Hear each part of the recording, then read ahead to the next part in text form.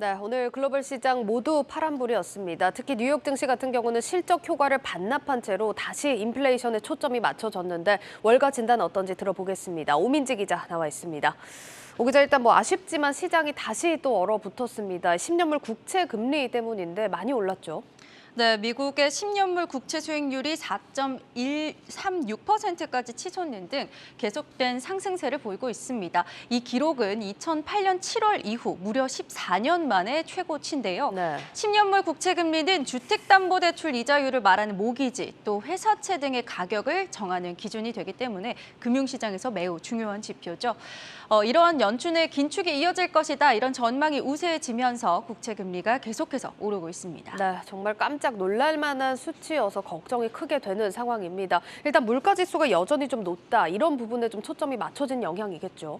네, 지난 13일에 발표된 미국의 소비자 물가 지수도 시장 예상치를 상회하면서 인플레이션이 여전히 강렬하다는 시그널을 보냈습니다. 또 19일에 발표된 영국의 지난달 소비자 물가 지수 역시 10.1%로 시장 전망치를 소폭 상회했죠. 이 글로벌 인플레이션이 잡힐 기미가 보이지 않기 때문에 연준이 긴축을 이어갈 가능성이 높아졌고 국채 금리가 오름세를 보인 겁니다.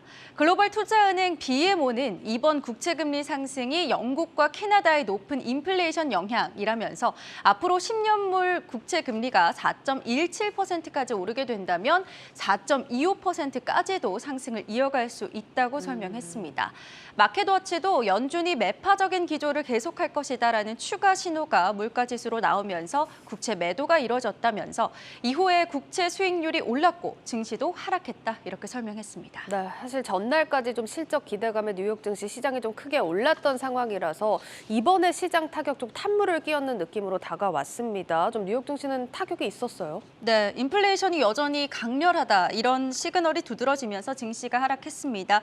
미국의 3대 지수 모두 하락하면서 장을 마쳤는데요. 미국과 영국이 물가지수 발표 이후 연준이 강경 긴축을 이어갈 것으로 보이면서 투심이 얼어붙은 영향입니다. 실제로 연준 인사들의 발언도 강경한 기조를 내비치고 있습니다. 미니애폴리스 연은 총재는 인플레이션 압력이 정점에 도달하지 않았다라면서 연준이 금리를 4.75%보다 더 높여야 한다고 강하게 말했습니다. 세인트루이스 연은 총재도요, 주가가 하락한다고 연준이 반응할 필요는 없다, 이렇게 발언했는데요. 또 인플레이션이 계속 상승세를 보이기 때문에 이 의미 있는 인플레이션 대책이 나오기 위해서는 기준 금리가 4.5%나 4.75%에 가까워져야 한다고 덧붙였습니다. 특히 국채 금리가 급등하는 등 이 변동성이 커지면 증시에 영향이 크기 때문에 유의해야 하는 부분이기도 합니다. SPI 에셋 매니지먼트도요, 글로벌 채권 시장의 혼란은 증시를 곧바로 위험에 빠뜨릴 수 있다, 이렇게 경고하기도 했습니다. 네, 진단을 들으니까 더 혼란스러운데 사실 우리가 장기 경기 전망을 좀 점쳐볼 때 국채 금리 상황을 많이 주시를 합니다. 지금 2008년 이후 최고치라는 건데 좀 의미가 있을 것 같아요. 지금의 국채 금리 상황을 그럼 어떤 시그널로 좀 해석을 해볼 수 있을까요? 이 10년물 국채 금리를 통해서 증시의 바닥을 점쳐볼 수 있다, 이런 분석도 나옵니다. 저점을 찾는 시그널로 해석할 수 있다는 건데요. 미국의 투자 회사인 로이트 홀트의 제임스 폴슨 수석 투자 전략가가 분석한 겁니다. 이 과거 사례를 볼 때 10년물 국채 금리가 고점을 찍은 뒤 한 달 동안 상승과 하락을 반복했는데요. 이 시기를 한 달에서 두 달 정도 지나고 나니 주식시장에 저점이 나타났다라는 겁니다. 보시면 초록색 선이 이 10년물 국채 금리 그래프입니다. 여기 7월쯤에서 왔다 갔다 하는 그래프를 보이고요. 이 파란색 그래프가 주식시장을 보여주는데 한 달 뒤쯤에 저점을 보이는 모습을 확인할 수 있습니다. 그리고 10년물 국채 금리 고점 이후에 이 빨간색이 금리 인상의 그래프입니다. 세 달이 지나자 기존 금리 인상이 중단됐습니다. 이런 흐름을 보였던 사례가 1984년, 또 90년, 95년, 2019년 등 연준이 긴축을 보일 때마다 비슷하게 이어졌다, 이런 설명입니다. 폴슨 전략가에 따르면요, 미국 국채금리 10년물이 주식시장과 연방기금 금리보다 앞서서 긴축이 종료되는 시그널이 된다, 이렇게 설명을 했습니다.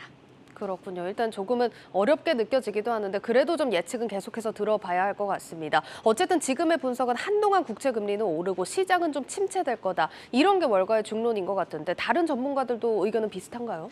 네, 월가 전문가들은 한동안은 일단 국채 금리가 상승세를 보이고 예. 증시에는 하방 압력이 가해질 것이다. 이렇게 보고 있습니다. 월가의 베테랑 투자자로 알려진 토마스 피터피는요. 물가가 기대만큼 떨어지지 않을 것이고 또 금리는 계속 오를 가능성이 높다고 설명을 했습니다. 그러면서 S&P 500 지수가 20% 더 하락해서 3,000선이 되면 바닥이 될 수 있다. 이렇게 내다봤습니다. 골드만삭스도 높은 금리 때문에 이번 주 상승 랠리가 지속되기 어렵겠다 이렇게 말했는데요. 실제로 지난밤 뉴욕 증시가 하락하면서 마감을 했죠. 앞으로도 이 금리가 높은 상황에서 증시의 꾸준한 상승 랠리를 기대하기는 좀 어렵다 이런 분석입니다. 네, 그럼 다시 말하면 국채 금리가 계속 올라간다고 하면 이 고점이 바로 또 분위기 반전의 시작점일 것 같습니다. 고점은 언제점으로 좀 예상을 하고 있나요? 월가의 신채권 왕이라고 불리는 이 군드라흐가 말했는데요. 미국의 국채금리 연말 이전의 고점에 도달할 수 있다 이렇게 전망했습니다. 이 채권 시장이 장단기 국채금리 차이가 축소되는 것을 채권 수익률 곡선이 평탄해진다고 하는데 바로 지금이 그런 시기다라는 겁니다. 연준의 긴축 기조로 국채금리는 계속해서 오르고 있고요. 증시의 투심은 얼어붙고 있는 상황입니다. 다만 국채금리가 증시 저점을 알려주는 시그널이 될 수 있기 때문에 시장에서 어떤 흐름 보이는지 계속 지켜보셔야겠습니다. 네, 잘 들었습니다. 고웨스트 오민지 기자였습니다.